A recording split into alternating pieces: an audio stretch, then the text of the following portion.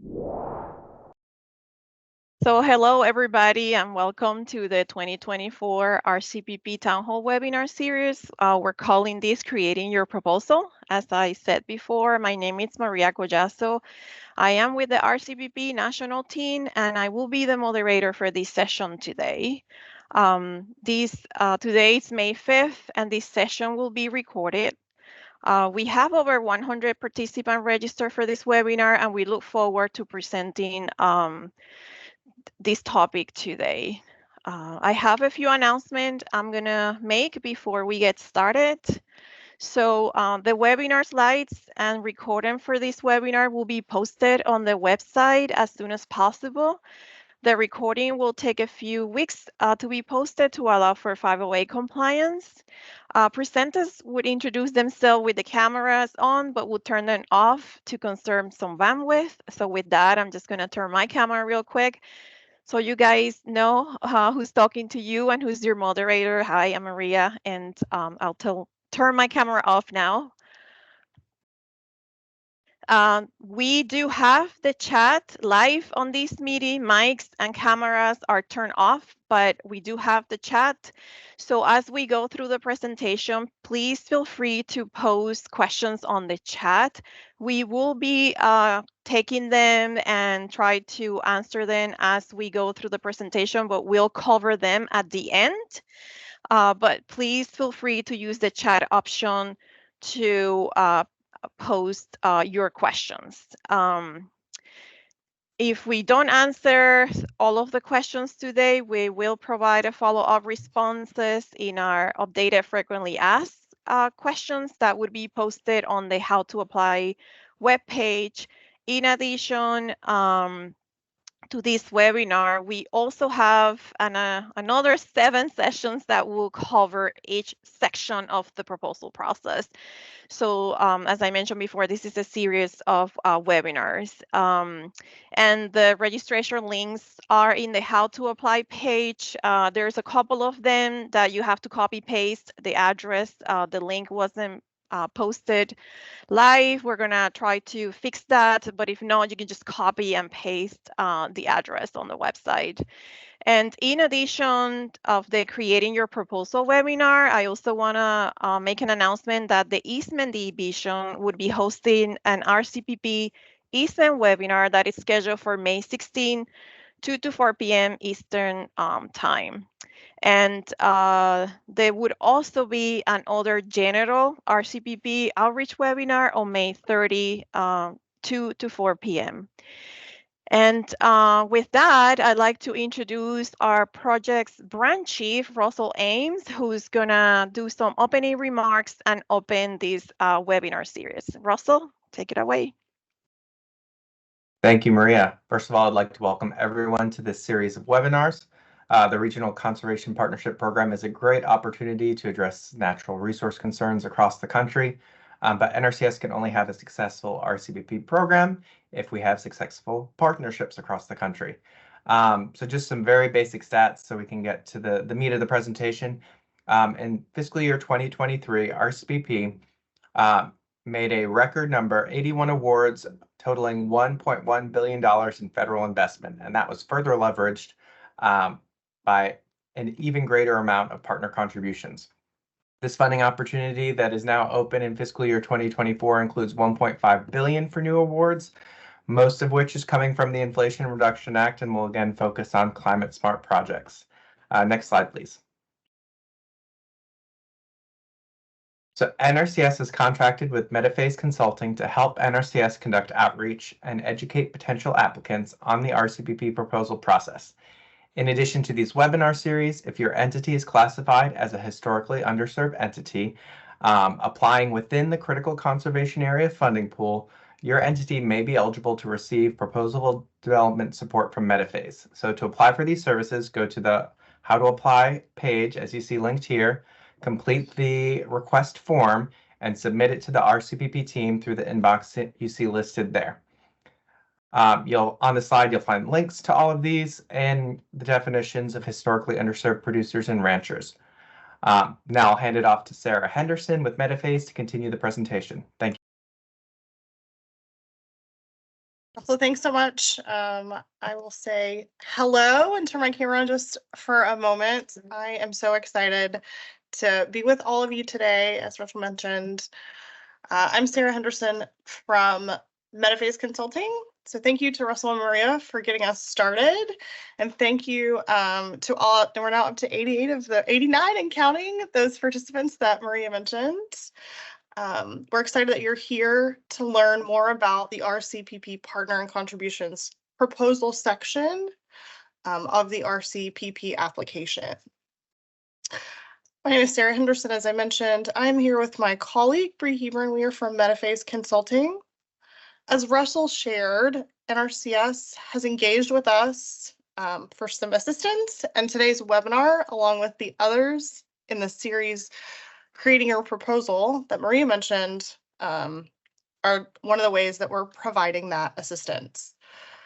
Also from the USDA, we have with us, in addition to Russell and Maria, some of our colleagues from the national level. We have Tammy Timms, Eric Beardsley, and Steph Fielder. These USDA colleagues are here working at the national level in support of the state RCPP coordinators. So for specific questions about your project, we do ask that you contact your state coordinator as well. That contact information will be linked in this presentation. It's also available at the very bottom of the How to Apply website. As we've shared with you, this is one of 8 in the Town Hall series. These webinars are designed to focus on one specific portion of the proposal, and these webinars are open to all applicants. Here's a bird's eye view of what that series looks like. You can see in orange each of the topics over the next 8 weeks. You'll also see in green on the top the 2 info sessions that Maria mentioned. I believe that first session recording is available for those that weren't able to join. On the bottom in green, you'll see the easement webinar she mentioned. We do encourage you to sign up for any and all of these.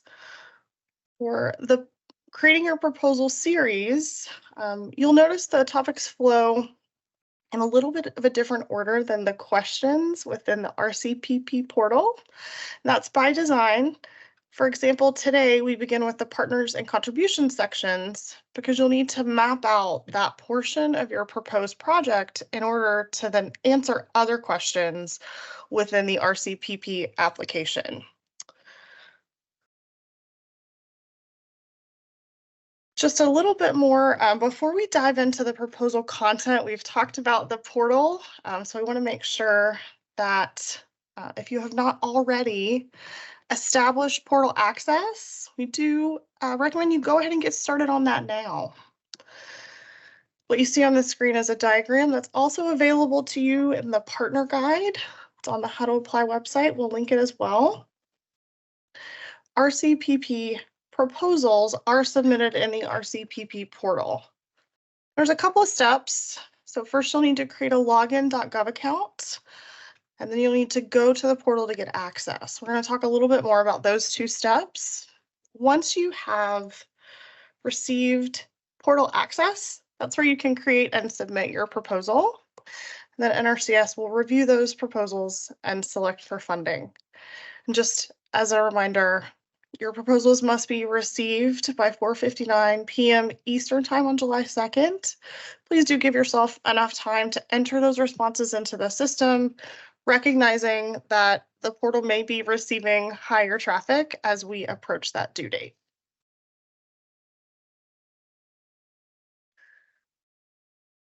We looked on the last slide about portal access. I mentioned those first 2 steps. Just wanted to take a moment to do a little bit of a deep dive and share with you. This can be complex if you're doing it for the first time. So step 1 is create a login.gov account. That's the image you see on the left. Step 2 is go to the portal. That's the image on the right. Once you've created your login.gov account, then you're going to go to the portal. You'll see 3 boxes. That one on the far right is labeled Request Access Form. You're going to push the button that says Start Here.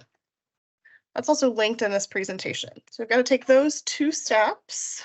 The important piece of information is that the email you use for your login.gov account and the email you use for the portal have got to match.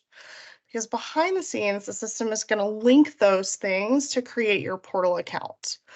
That can take somewhere between typically 3 and 5 business days, but maybe longer depending on the volume. You'll get an email once that linking has happened and your account has been set up.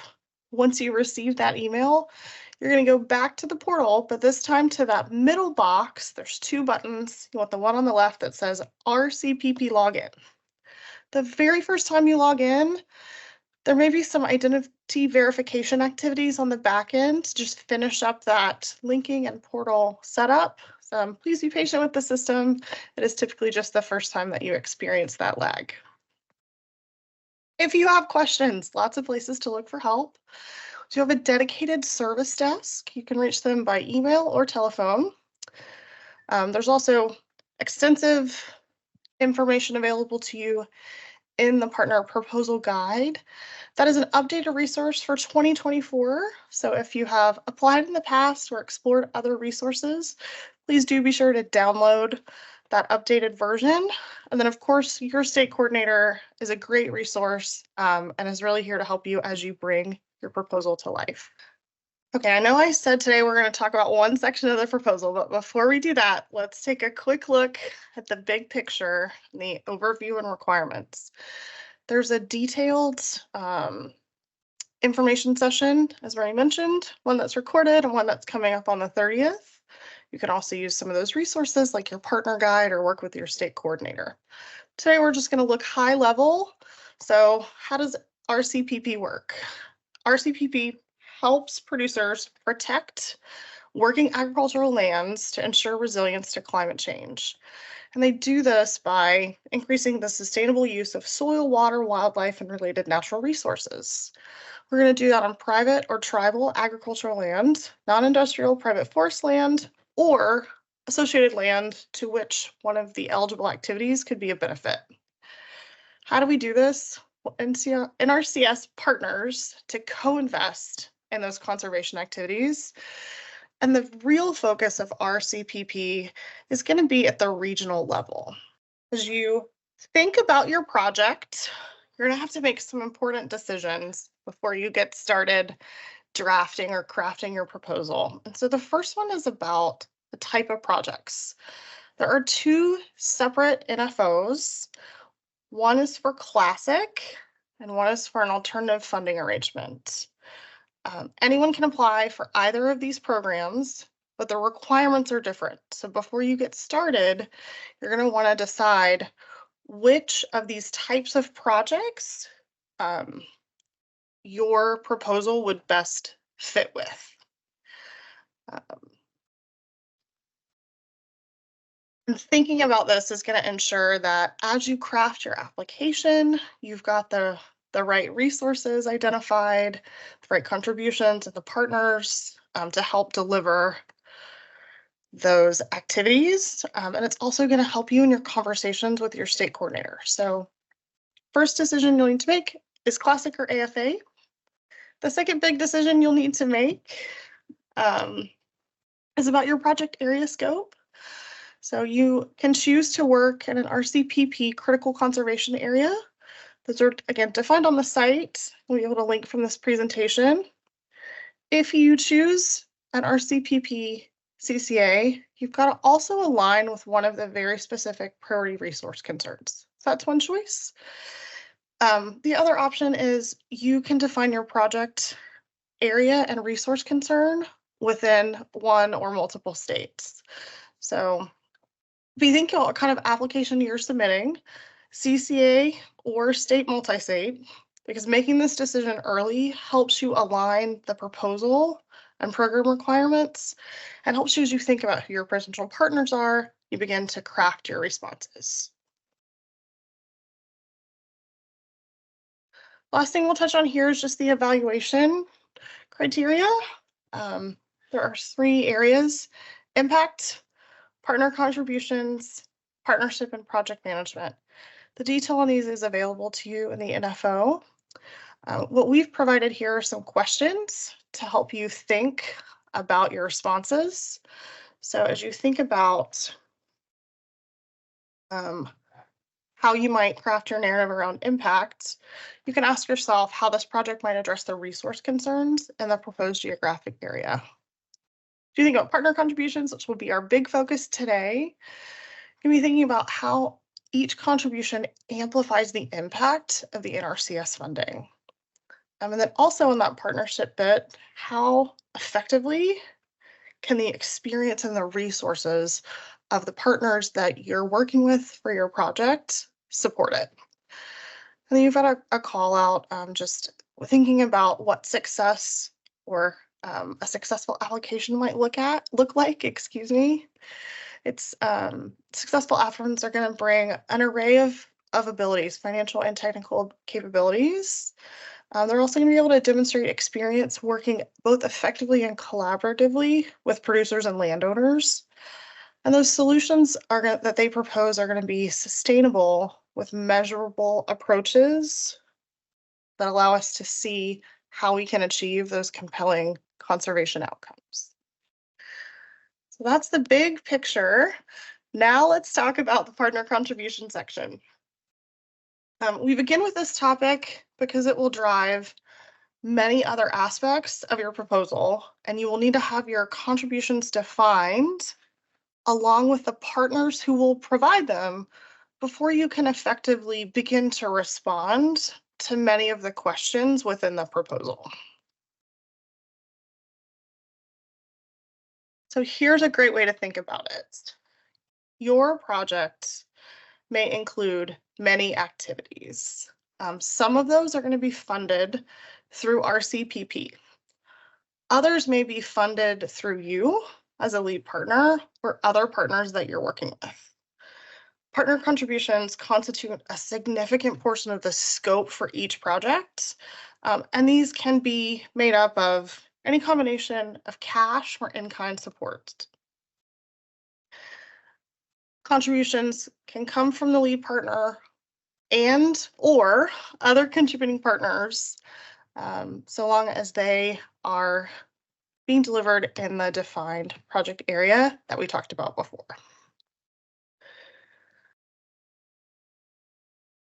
You may already be working with other organizations to develop your proposal. The lead partner is going to be responsible for submitting all of your proposal and those required documents into the RCPP portal. And as lead partner, you'll have some other responsibilities you can see here on the screen. And you're probably going to be working with contributing partners. And so those other partners who are part of your project are going to be committing to those specific contributions, delivering them, and supporting with tracking, records, and reporting. Just a call out at the bottom, for AFA projects, the lead partner is also responsible for contracting and delivery of financial and technical assistance according to the program requirements. So if you're thinking AFA, please take a close look at the requirements for that project type, and you can work with your state coordinator to help get your questions answered to put forward the best proposal. Okay, I mentioned types of contributions. So we said partners, whether that's the lead partner or other partners, are going to bring different types of contributions. We think about those in two ways. You're either going to bring cash, that's funds, right, provided by the partner directly to producers and landowners, or to hire a contractor to perform work. So for example, cash contributions can support the producer's cost for land management, or maybe the cost of an easement. Cash is one kind. The other kind of contributions are in kind, and those are the estimated value of goods and services provided by the partner. One example might be some technical expertise to assist the producer with carrying out some of those activities. One call that's important for you to know as you think about contributions and who you're going to be working with. For evaluation purposes, we don't need to see letters of support unless they are attached to or part of a partner who is providing contribution. So we only want to see in the proposal documentation that is directly from partners who are tied to your project proposal because they're providing a contribution. Anything else that you share won't be considered as part of the evaluation.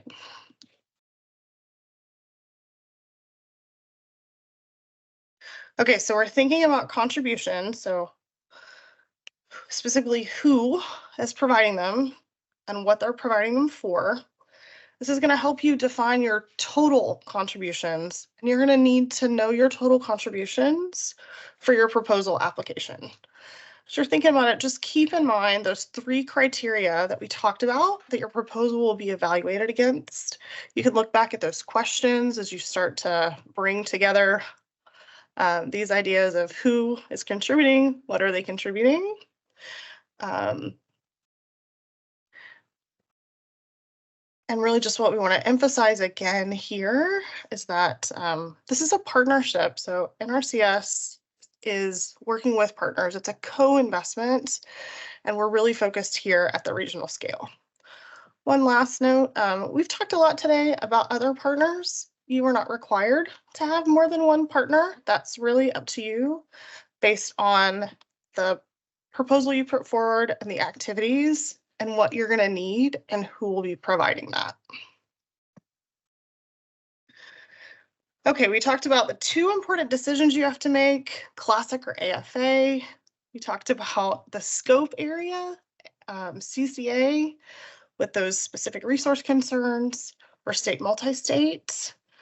We talked about responsibilities as lead partner or non-lead partners and how contributions can make your project more successful.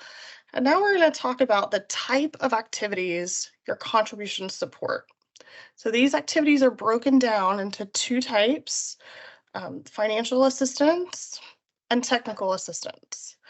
So the best way to think about these, financial assistance, like you see on the left, is really conservation on the land or on the ground.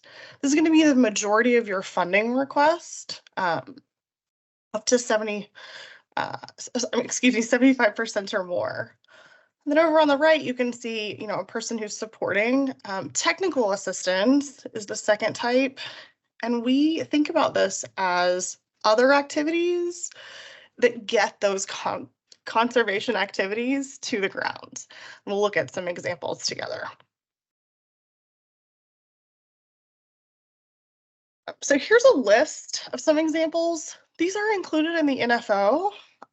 These are focused on that FA portion. So FA funds, for example, might be used to install an irrigation system, or you could use FA funds to reduce erosion or manage nutrients in the soil by installing a grass waterway. So it's those conservation activities on the ground. Just as a reminder, RCPP funds pay for activities, not people, though people may be doing things. So that's really where the TA component comes in. This is going to be only up to 25% of your overall proposal. Here's what that might look like. You could use TA funds for designing that waterway that we talked about on the previous slide, or maybe those funds are used for completing the ground surveys that you need to get to those solutions on the ground, or maybe travel to talk with producers and farmers as you complete that design work. You could also use TA funds for enhancement activities like outreach, program management, and outcome assessments. Just one call out, while you can't earn or get funds specifically for admin and indirect costs, you can count those as contributions, but there are some rules and you can see those on the screen.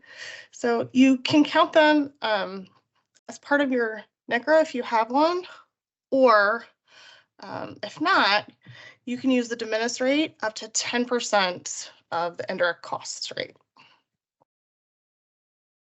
And here are some examples of additional activities that support those producers through TA funds or partner contributions. Again, these are also listed for you in the NFO. Talked about what's eligible. Let's talk a little bit about ineligible contributions. When you're planning, as the lead partner, you want to think about the kind of contributions you're bringing to make the project successful and consider if there are any contributions that may not fit the requirements or may not be eligible. This is going to help you decide which contributions to include in your proposal. We'll also be thinking again back to those 3 evaluation criteria. So if it's not eligible, it can't go in the proposal and won't be evaluated, right? So it's important to know those things that aren't eligible. For example, any contribution that happens or that looks like the examples that are provided on the screen. And if you've got detailed questions about this, your state coordinator is a great resource to help you understand which contributions may or may not be eligible.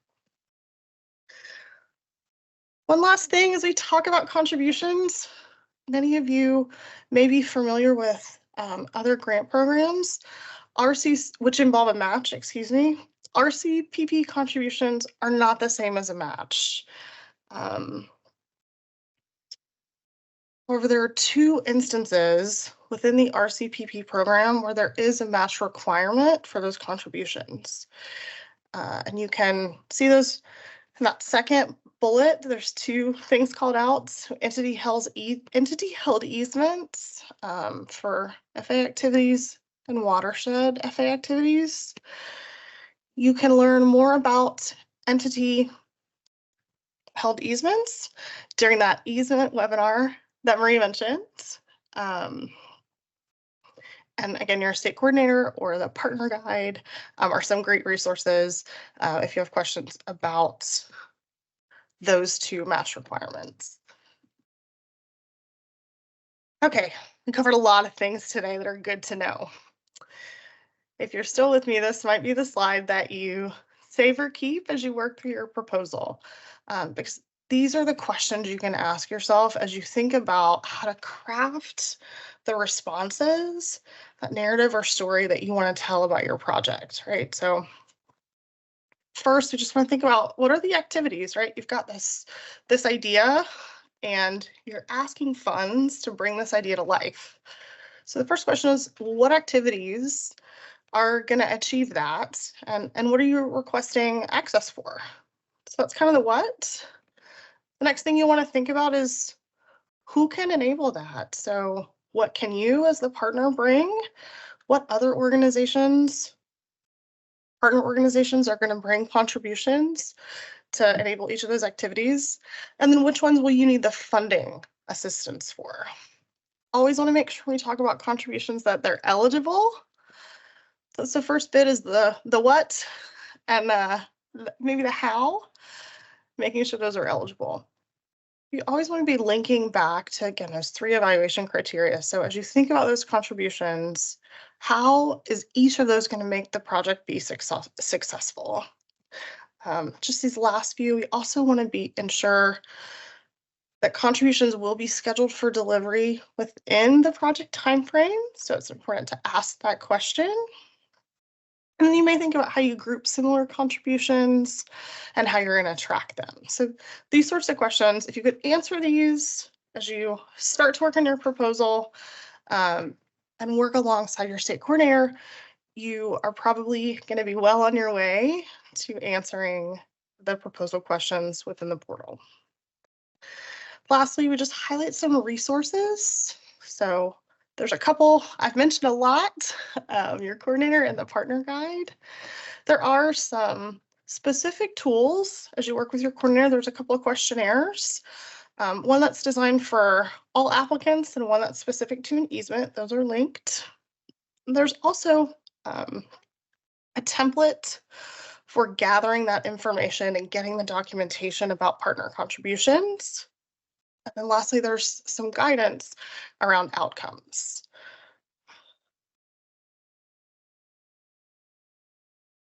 Before we open it up for questions from everyone in this group, just a few that have come up that we wanted to start with. So the first one is, Is there a minimum contribution ratio? There's not a minimum required contribution ratio, but contributions are statutorily required and part of the proposal evaluation process. Number 2, can a federal agency provide contributions to an RCPP project? Generally, yes. However, USDA agencies, so NRCS, Forest Service, they can't provide partner contributions. As you're thinking about that question, who is going to provide the contribution and eligibility, also want to be sure that you're not including in your proposal significant contributions, really any, that would come from NRCS, Forest Service, other USDA agencies, because those contributions are not eligible. Only the lead partner can report contributions. So federal assistance provided by agencies outside of the USA can count as long as the contributions meet the requirements that are included in the funding announcement and they're reported by the lead partner. And then just the last bit there, the lead partner must secure express permission of the funding agency to include federally funded contributions in this project. Number 3, are there limits or requirements related to federal versus not federally funded contributions? So no, there are no requirements in this regard. However, the statute directs agency to prioritize projects which leverage federal investments with partner contributions. So if 2 projects are otherwise identical, including the physical nature of the contributions, but only one included non-federally funded contributions, the project with the non-federal funding would be more likely to earn more points under the impact area. The last one here on the screen, does financial or technical assistance funded by partner contributions need to adhere to NRCS standards, specifications, and NEPA? Financial assistance needs to follow NRCS standards and specifications if delivered concurrently with RCPP funding assistance. Similarly, unless delivered concurrently with RCPP funded assistance, or where a contribution would not occur, but for the RCPP project, NRCS NEPA decision-making processes are not necessary. That's all we've got in terms of questions. Maria, I'll turn it back over to you to open to the group. Thank you, Sarah. And yes, we're gonna go over the questions you guys have been posted on the chat. Thank you for doing that, and just continue them. We still have until 3 p.m. And in addition to that, as I mentioned, if we don't get to all of the questions, they'll be posted later on the frequently asked question under how to apply. There was a question about the recording. They will be shared. It's just going to take a few weeks because we need to make sure the video is 508 compliance. So once that it's done, then will be posted as well under the how to apply website. And in addition, after, as we cover the questions, I believe the next slide, we do have a feedback request. This is the first time we're doing this webinar and the series of webinars, so we want to hear your feedback. So with your phone, you can just take a picture of the QR code, and that should take you to 5 questions, and we appreciate getting your feedback. And Sarah, if you wanted to start with the Q&A, if you have them already. I am reviewing responses now. Mm-hmm. Just one moment to make sure I'm looking in the right spot. Okay, thank you so much for everyone who has submitted questions. So we're just going to work I think these are in the order they were sent to us. So yeah, they are in the order they were sent to us. And I would just say, I think I see a hand that was raised. The mics have been disabled for everybody. So please, if you have a question, put it on the chat and we'll make sure we get to it. Thank you. Okay. First question, are state agencies that already have funding through USDA eligible for RCPP funding? For example, we received grant money to manage spotted lanternfly. The answer on this one, partner eligibility is not limited by other USD awards. However, partner activity funded by other USD awards is ineligible as a partner contribution in RCPP. Our next question, it says I already have an established level 2 eAuth access for USDA. Do I still need to create a login.gov account? I'm asking because I don't want to cause any issues with my existing USDA credentials. And our answer here, although eAuth is currently a viable means of verifying identity and logging into the portal, eAuth login is being phased out government-wide. So the immediate steps, if you do not already have portal access, secure login.gov. If you currently log into the portal using the eAuth option, recognize this process is being phased out, and you will ultimately need to migrate to access using that login.gov process. And we anticipate that migration might be happening sooner rather than later. Next question is, are cities eligible? Can they partner with HOAs? Yes, cities can be lead partners and HOA contributing partners if the proposed project will address an urban agricultural impact on natural resources using NRCS conservation practices within the identified CCA boundary. Will this recording be made available for review? Yes. However, there will be a moderate delay, as Maria mentioned, while the recording is processed to satisfy those federal requirements relating to providing equal access and 508 compliance. Next up, is there a limitation on the number of proposals a lead entity can submit for different projects or proposals?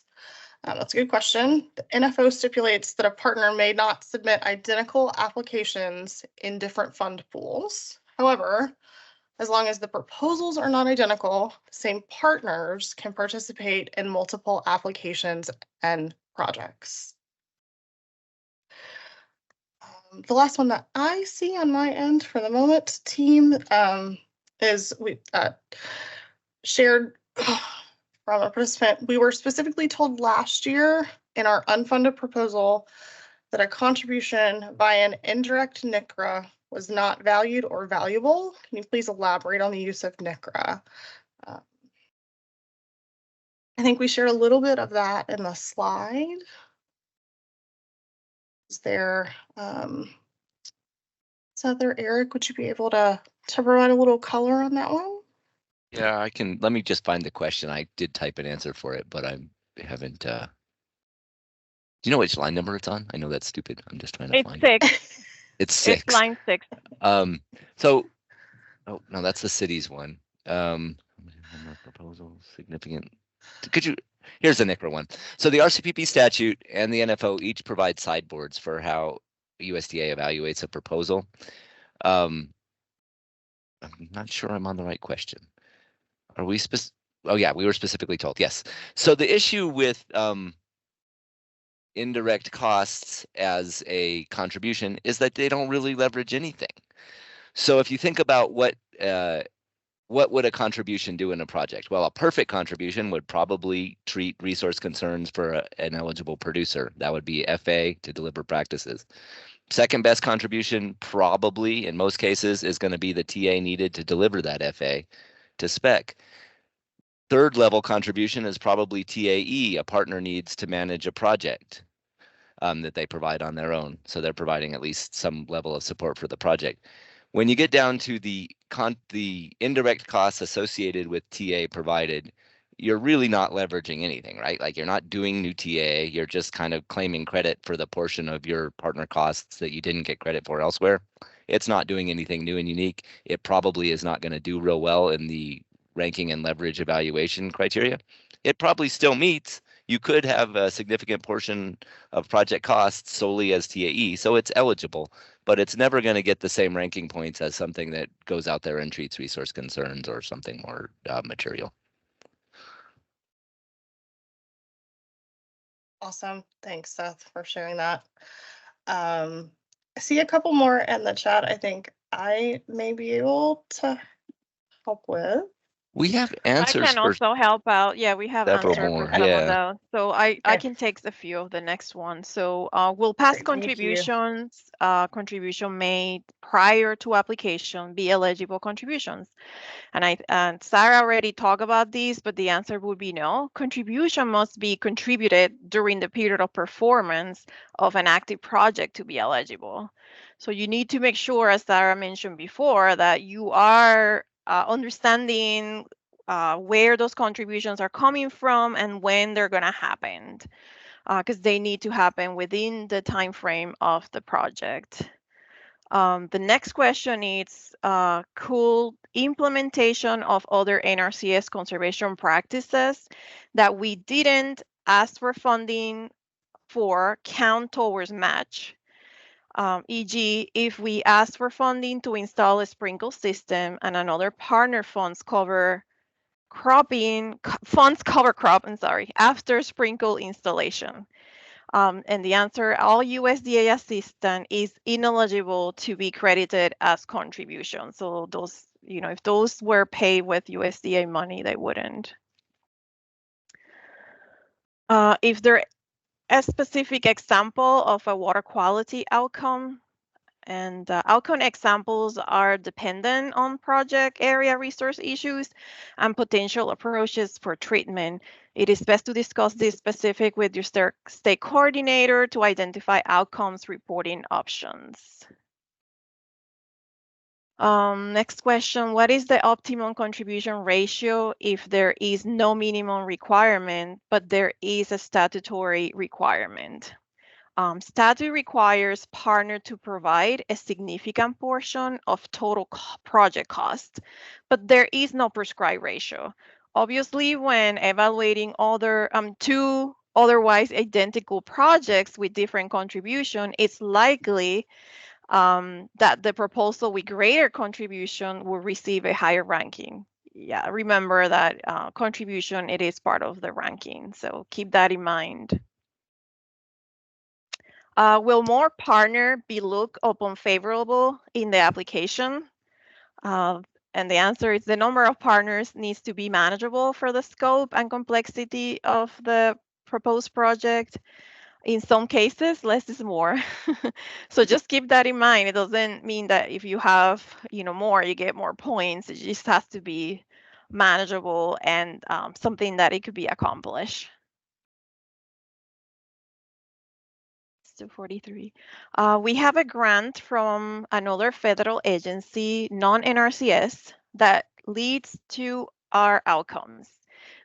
Can we submit the grant agreement for the documentation, or do we need to submit invoices? Outcome and invoices are unrelated. Please meet with RCPP coordinator in Lee State to discuss outcomes, reimbursement, and contracts, and they will be able to provide more information. Is the total number of partners a ranking or selection metric? If a partner is critical to the project, but their financial contribution is minimal, will it disadvantage an application to leave them off as a contributing partner? Not necessarily. Project management, it's evaluated based on the experience and qualification of the partnership mix toward delivering the proposed support to make a project successful. Can a university be the lead partner? Yes, they can. And on the NFO, you can find the definitions of who's eligible to be the lead partner. Okay, if we have a very large watershed project, is it best to submit with a phased approach? So the NFO stipulates that only watershed projects with NRCS approved watershed plans are eligible to apply. One of the elements of NRCS watershed planning process is a detailed cost estimate. If plan is prepared and NRCS approved and total project cost is less than 25 million, that's the cap for RCPP share of the agreement, there's no reason to phase unless there is, and then the proposal should describe that. Just looking, so it's a lot of questions. We're still working on the answers. Maria, if you'd like me to just take the next one, I probably can. Sure. So that says, is there a published scoring metric that we can refer to? That's the first half of a multi-part question. And I'll say that the NFO provides the general structure that we evaluate each proposal on. And if you want to get into details beyond what's in the NFO, your best contact is probably the state coordinator in your lead state, because we actually use slightly different processes for different fund pools and project types. So it's going to make sense to get into the details with your coordinator. The second half of this question deals with a question about eligible contributions and or expenses. And it specifically mentions land contribution from a city and or staff time to pay youth coming into a program. And at the face of it, both of those expenses are ineligible, and they don't really provide a conservation benefit to an agricultural producer with eligible land, right? Like that's really the purpose of our program. So what I'm going to suggest is go ahead, again, going to talk to your lead state coordinator and trying to figure out, hey, this is what we do in our local environment. Maybe that is run a youth program. But maybe that coordinator is going to be able to help you bridge from, oh yeah, your youth program does these things. This subset of things your youth program does might be eligible for some RCPP assistance. Why don't you focus your proposal on that? So even if you sit in an environment where eligibility is questionable, that coordination with the lead state coordinator may get you to a place where you understand the program well enough to submit an eligible proposal. If you don't have that conversation and you're in an environment, you're going to have a big reach. The next one asks about US EPA clean water funds and whether those are credible as contribution. And generally speaking, they are as contribution because RCPP doesn't restrict what can be counted as contribution. They're not encumbered funds like a regular grant program. There is a slight limitation to that. You can't use EPA money to match or provide the non-federal match on an entity-held easement, right? So maximum NRCS can pay is 50%. You can't turn around and use EPA money for the rest. That's not allowed. So depending on whether you're talking about contributions or match, the answer changes slightly. Not allowed as match, yes allowed as contribution. Some administrative costs are direct project costs, like managing the budget, submitting reports, invoices. Are these expenses eligible for reimbursement? These are separate from indirect costs. Yes, so long as, so the line for TA is a little different than you imagine. The main purpose of the TA in our CPP project is to deliver FA. If NRCS determines that the TA available in a project is sufficient to deliver FA, great. Then they can start to look at the residual TA balance. And if there is residual TA balance, it becomes available for partner project management expenses, such as those things that you mentioned here. And so long as your accounting method can track, hours of somebody's time spent on managing reports for this project and report out on that, then you are likely to be able to get to an eligible deliverable for what we call a type 1 supplemental agreement and maybe earn some TAE for those project management expenses that might be considered indirect in a 2 CFR world, but as long as you can attribute them to the project here, we can potentially pay for them.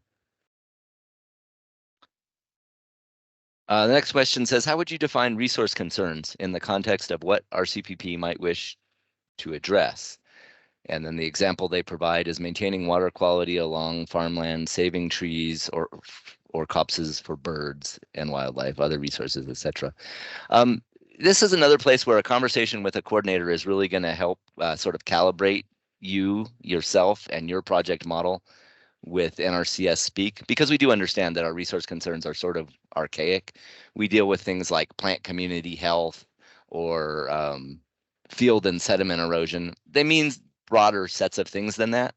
So the real concept here is, hey, is there a natural resource related problem affecting the viability of agricultural operations in your area?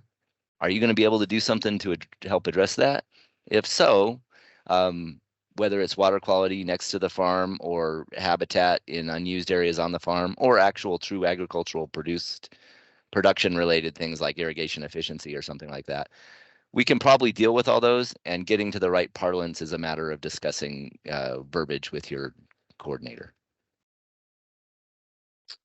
Would you like me to just keep going, Maria, or Yeah, that would be good. We have a couple of more left, and I know the Okay. next one is a follow-up from the question about the practices.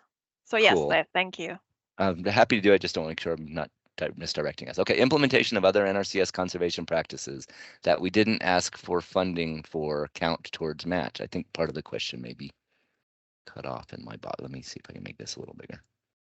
I.e., if we ask for funding to install a sprinkler system, practice 442, and another partner funds cover cropping after sprinkler installation 340, the question is whether the cover cropping activity performed by another partner not funded by RCPP in conjunction with the sprinkler system can count towards match.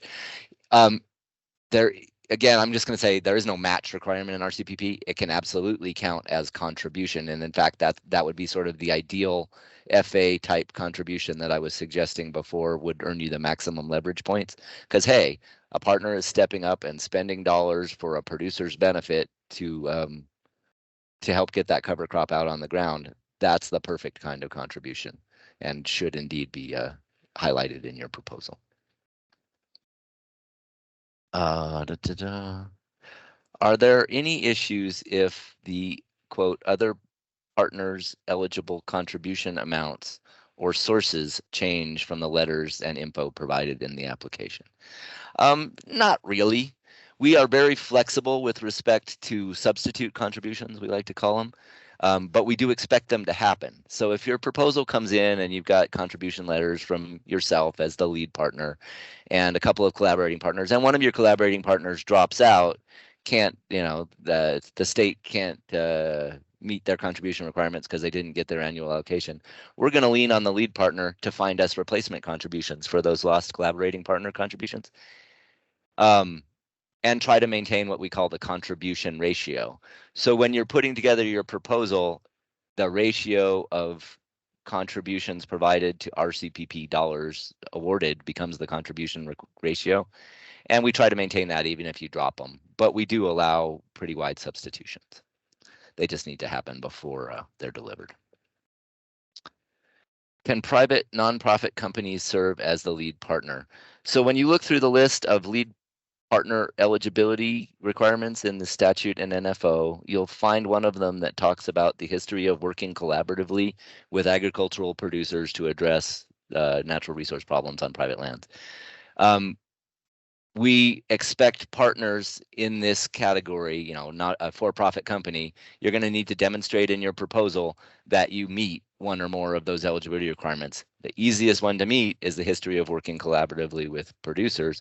You need to tell us in your proposal, what did you do to collaborate? Did the producer just write you a check to write him a design? That's not really collaboration. That's an employee-employer relationship. But if you stepped up and actually, donated something or provided information to producers and producers over time, then you probably qualify. And it is a very low bar. So probably you're qualified. But if you're a strictly engineering firm or a strictly for-profit firm that doesn't step out of that arena, you may not be able to demonstrate a history of working collaboratively, which we would expect you to do.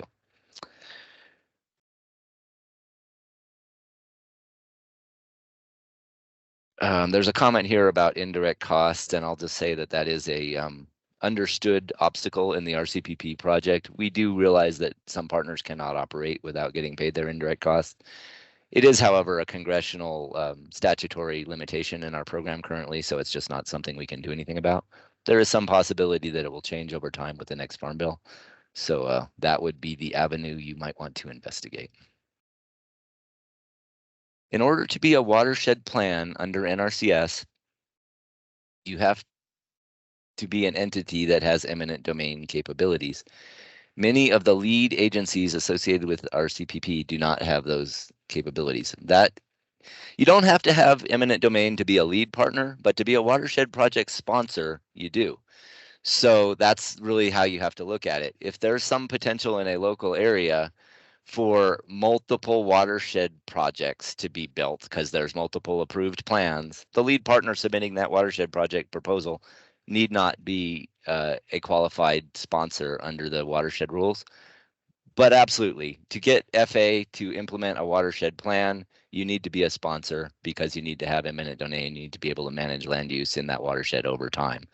So that is just an eligibility requirement. It could be waived, perhaps, in some situations with a waiver request, but that would require a pretty compelling case-specific situation, and I'm not sure we would approve it. So probably best to think about watershed work just like watershed work.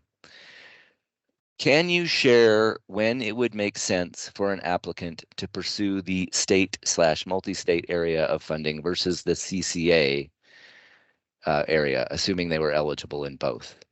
What are the priority resource concerns in state, multi-state that is defined by the applicant?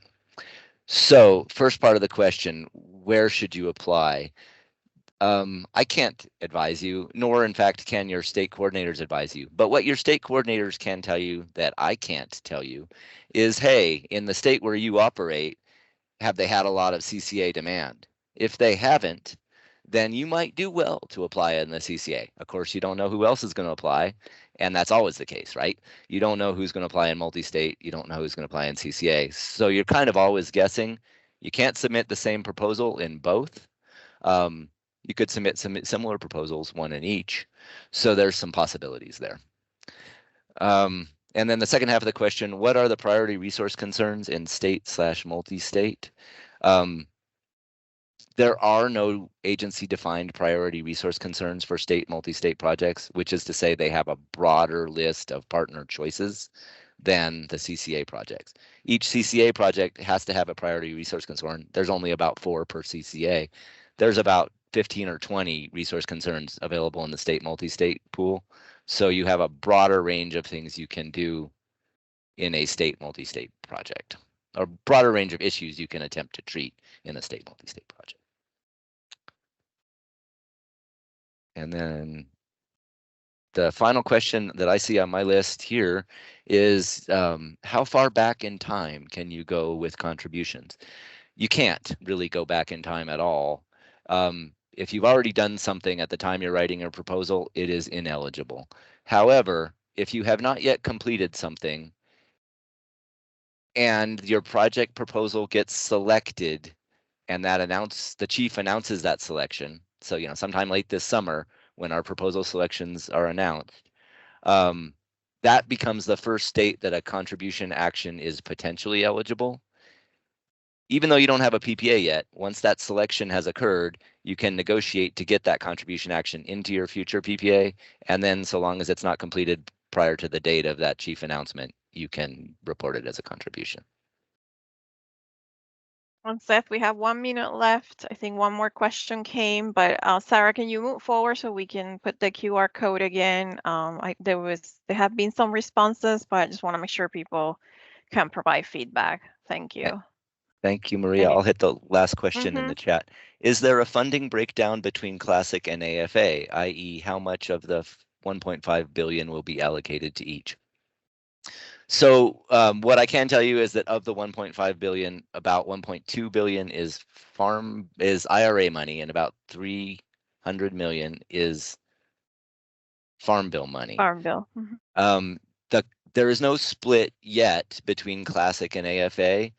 But for the IRA money in particular, the agency has, I'm going to say it's a general goal, it's not a hard and fast line, that we would like to see as many of those projects be AFA as practical, because our staff time is pretty tapped out too with all the IRA money, just to be frank. So how much will that shake out into different pots? Can't tell you. But if you are a partner that's waffling on that Classic versus AFA line and you really have the capacity to deliver an AFA project, it may behoove you to apply on that side of the line. It may not. Everybody else may get the same message and you'll be competing in a pool with more people. I can't tell you what's less competitive. Thank you, Seth. And we have reached the top of the hour. So we want to thank everybody for participating. I think we have a little bit over 100 waiting to the presentation. So we hope this was helpful. And please provide feedback as we want to keep improving and keep providing good information so we can get great proposals. So we'll see you next week on our next webinar. Thank you and have a great afternoon.